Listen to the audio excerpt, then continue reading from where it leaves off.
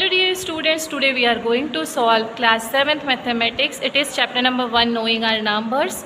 Knowing our numbers में हमारा सबसे फर्स्ट टॉपिक है इंटीजर्स. इंटीजर में ज़ीरो के साथ में सारे पॉजिटिव और सारे नेगेटिव नंबर्स होते हैं. अगर हम इसे नंबर लाइन पे देखें तो नंबर लाइन में सेंटर में ज़ीरो, इधर हमारे राइट हैंड साइड पर होते हैं पॉजिटिव नंबर और लेफ़्ट हैंड साइड पे होंगे नेगेटिव नंबर. इस तरह से हमें इंटीजर्स को शो करना होता है नंबर लाइन पे. अब हम सॉल्व करेंगे हमारा चैप्टर एक्सरसाइज 1.1. सबसे पहले मैं आपको इंटीजर के कुछ रूल्स बता देती हूँ. इंटीजर में जैसे मैंने आपको बताया नंबर लाइन पे हम राइट हैंड साइड पे इसे इनफाइनाइट तक ले जा सकते हैं, लेफ्ट हैंड साइड पे इसे इनफाइनाइट तक ले जा सकते हैं. अब इंटीजर के रूल होते हैं एडिशन और सब्ट्रैक्शन में किस तरह से रूल हमें यूज़ करना है. अगर हमारे पास दो इंटीजर हैं और उन्हें हमें ऐड करना है, दोनों इंटीजर हमारे पास पॉजिटिव हैं तो हम उन्हें क्या करेंगे, प्लस करेंगे. सपोज़ हमारे पास है +2 + 5, तो 2 + 5 हमें मिलता है 7 और यहाँ आंसर में हमेशा हमें बिग डिजिट का साइन लगाना है. 2 और 5 में बिग डिजिट 5 है और 5 का साइन प्लस है तो यहाँ भी हम क्या लगाएंगे, प्लस. अगर हमारे पास दोनों नंबर नेगेटिव हैं तो भी हमें एडिशन करना है. सपोज़ -2 - 5 है तो 5 + 2 7 और बिग डिजिट का साइन लगाएंगे minus.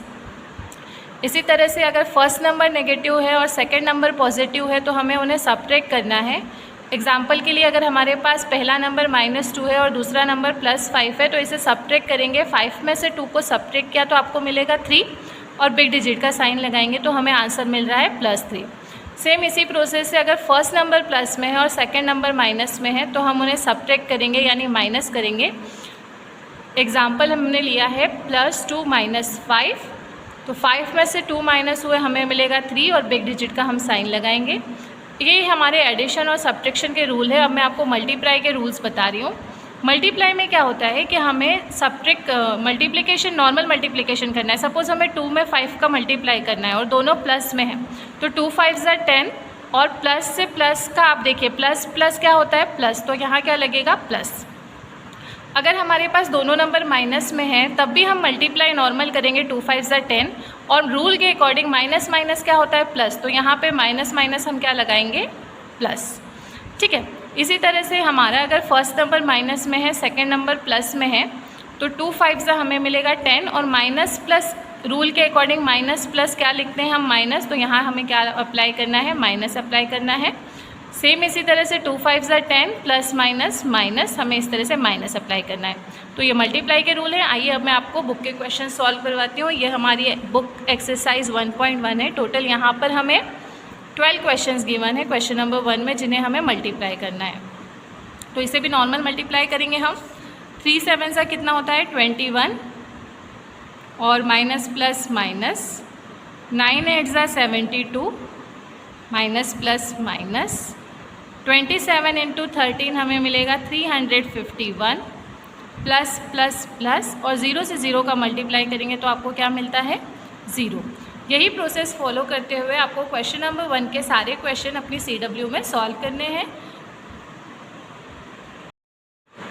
Now we will solve question number 2. Question number 2 में हमें इंटीजर्स का डिवाइड करना है. यहाँ पे हमें फर्स्ट क्वेश्चन दिया है 8 / 2. इसको किस तरह से सॉल्व करेंगे हम कॉपी में देखते हैं.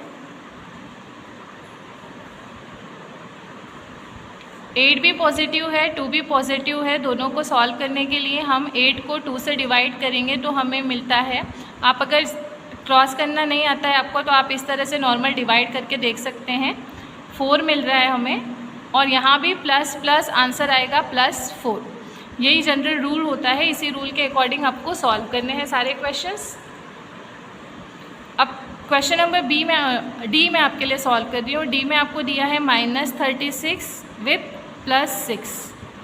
तो आप जब 6 को 36 को डिवाइड करेंगे 6 से तो 6 × 6 = 36 आपको मिलता है. यहाँ क्या मिल रहा है हमें, 6. अब बात आती है साइन की. तो मैंने आपको रूल बताया है कि माइनस प्लस, तो साइन कौन सा लगेगा यहाँ पे, माइनस. इस तरह से हमें डिवाइड करना है. नेक्स्ट क्वेश्चन मैं आपके लिए ले रही हूँ क्वेश्चन नंबर जी. इसमें हमारे पास है +48 और +12. +48 +12, 12 × 1 = 12, 12 × 4 = 48. यहाँ 4 और प्लस प्लस हमें आंसर किस में मिलेगा, प्लस. तो इस तरह से मैंने 3 क्वेश्चंस आपके लिए सॉल्व किए हैं. Question number A, question number D and question number G. आपको यही रूल फॉलो करना है, नॉर्मल डिवाइड करना है और डिवाइड करने पे जो आंसर आएगा उस पर फिर साइन कौन सा लगाना है ये आप रूल देख के साइन लगाएंगे। आपके पास सारे क्वेश्चंस हैं। क्वेश्चन नंबर 2 में टोटल हमें 12 क्वेश्चंस गिवन हैं। इन 12 क्वेश्चंस में से 3 मैंने आपके लिए कर दिए हैं। ई भी मैंने आपको बता दिया है कि 0 अगर किसी नंबर से डिवाइड होता है तो हमें 0 मिलता है। बाकी जो भी क्वेश्चन है वो आपको होमवर्क में सॉल्व करने हैं। Now we are going to solve question number 3. Question number 3 is solve the following. A is 1673 into 99 minus bracket में लिखा है -1673। इसे हम किस तरह से सॉल्व कर सकते हैं? देखिए, सबसे पहले तो हम यहाँ पे इंटीजर को सॉल्व करेंगे। 1673 into 99 minus minus plus 1673 into में यहाँ कुछ नहीं है तो आप लिख सकते हैं 1। अब 1673 आप देख रहे हैं प्लस के दोनों साइड में, यहाँ भी है यहाँ भी है, तो हम 1673 को यहाँ से कॉमन ले सकते हैं। यहाँ से 1673 कॉमन लेने के बाद रिमेनिंग ब्रैकेट के अंदर बचता है 99, प्लस की जगह पे प्लस 1673 हमने कॉमन ले लिया है तो यहाँ बचता है 1। अब आप देखिए 1673 और ब्रैकेट में हमारे पास रिमेनिंग है 99 प्लस 1 यानी 100।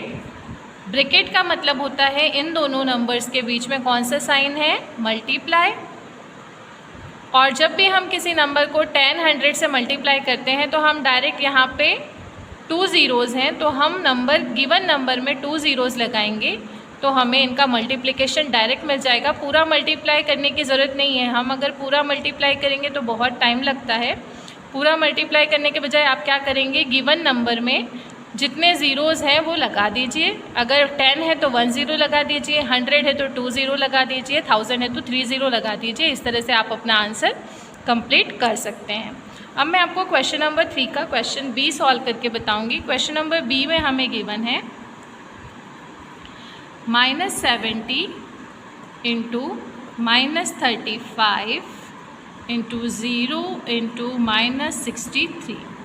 तो स्टूडेंट यहाँ पर आप देख रहे हैं मल्टीप्लिकेशन में हमारे पास एक ज़ीरो आ गया है और जैसे ही ज़ीरो का किसी नंबर से मल्टीप्लाई होता है तो हमें टोटल क्या मिलता है? 0। तो यहाँ पे हम डायरेक्ट लिख देंगे आंसर क्या होगा? 0। ठीक है। अब हम आते हैं क्वेश्चन नंबर 3 का सी। सी में हमें गिवन है 40 इंटू -23 प्लस 40 इंटू -70। इस क्वेश्चन में भी हम देख रहे हैं प्लस के दोनों साइड पे 40 कॉमन है तो यहाँ से हम 40 कॉमन लेंगे। 40 कॉमन लेने के बाद हमारे पास रिमेनिंग बच रहा है -23 और यहाँ रिमेनिंग आ रहा है -17, है ना। 40 दोनों प्लेस से कॉमन लिया हमने। 40 कॉमन लेने के बाद आगे बच रहा है -23 और प्लस के बाद है -17, तो हमने यहाँ डायरेक्ट प्लस माइनस -17 लिखा है। अब हम इसे सॉल्व कर सकते हैं। आप जानते हैं माइनस माइनस क्या होता है? Plus. 7 + 3 0 carry on 1, 1 + 1 2, 2 + 2 4, minus big digit का साइन जो है 23 का माइनस है इसलिए यहाँ हम लिखेंगे -40। अब हम इसे इजीली सॉल्व कर सकते हैं। हम 40 से 40 का मल्टीप्लाई करेंगे, हमें मिल रहा है 1600 और यहाँ 40 प्लस में है और यहाँ माइनस में है तो हम आंसर लिखेंगे -1600। इस तरह से आप क्वेश्चन नंबर सी सॉल्व कर सकते हैं। अब मैं आपको दिखा रही हूँ यहाँ पे question number D. Question number 3 का डी में है -20 इंटू 25 इंटू -10। हम यहाँ पे सबसे पहले मल्टीप्लाई कर सकते हैं 25 में 10 से, तो हमें क्या मिल जाता है -20 इंटू -250 और -250 में जब हम 20 से मल्टीप्लाई करेंगे -20 से तो आपको आंसर मिल जाएगा यहाँ पर 5000। इस तरह से क्वेश्चन नंबर 3 आप अपनी CW में कंप्लीट कर सकते हैं। क्वेश्चन नंबर 4 हमारा ट्रू फॉल्स है। State whether the following statement are true और false. Now we are going to solve question number 4. State whether the following statements are true or false. The question A is the value of the sum of integer is always greater than the value of their difference. यहाँ पे हमसे ये बोला गया है कि अगर दो इंटीजर हैं तो उनका सम हमेशा क्या उनके डिफरेंस से बड़ा होता है, फॉल्स लिखेंगे इसमें आप। B is the sum of positive integer and negative integer is always a negative integer. ऐसा ज़रूरी नहीं है कि पॉजिटिव और नेगेटिव का सम हमेशा नेगेटिव आए, ये भी फॉल्स है। The difference of two integers can never be zero. दो इंटीजर का डिफरेंस कभी भी ज़ीरो नहीं हो सकता, ये गलत है, कभी कभी हमारे पास आंसर ज़ीरो में भी आते हैं। The value of the product of two integer is always greater than the value of their sum. Two integers हैं हमारे पास और अगर उनका हम मल्टीप्लाई कर रहे हैं वो हमेशा बड़ा होता है उनके सम से, ये भी फॉल्स है, ऐसा ज़रूरी नहीं है। And the absolute value of integer is always greater, तो ये भी सही नहीं है, एब्सोल्यूट वैल्यू हमेशा इंटीजर से बड़ी नहीं होती है। तो ये सारे ट्रू फॉल्स में आप लिखेंगे false. Now we are going to solve question number 5, divide the following. Question number 5 में हमें 4 क्वेश्चंस गिवन है। The question number A is -49 -7। सबसे पहले माइनस माइनस हम आंसर में लगाएंगे प्लस। 7 से अगर हम 49 को डिवाइड करेंगे तो 7 का टेबल 7 टाइम लेने पे हमें 49 मिलता है। इस तरह से हमें आंसर मिल रहा है +7। अगर आपको इस तरह से डायरेक्ट डिवाइड नहीं करते आता है तो आप इस तरह से डिवाइड करते हैं, जैसे नॉर्मल लोअर क्लासेस में आप करते थे, आप इस तरह से डिवाइड कर लीजिए। इसी तरह से माइनस माइनस प्लस, 9 8 ज़ा 72। आप 9 से 72 को इस तरह से डिवाइड कर लीजिए, आपको मिल जाता है 9 8 ज़ा 72।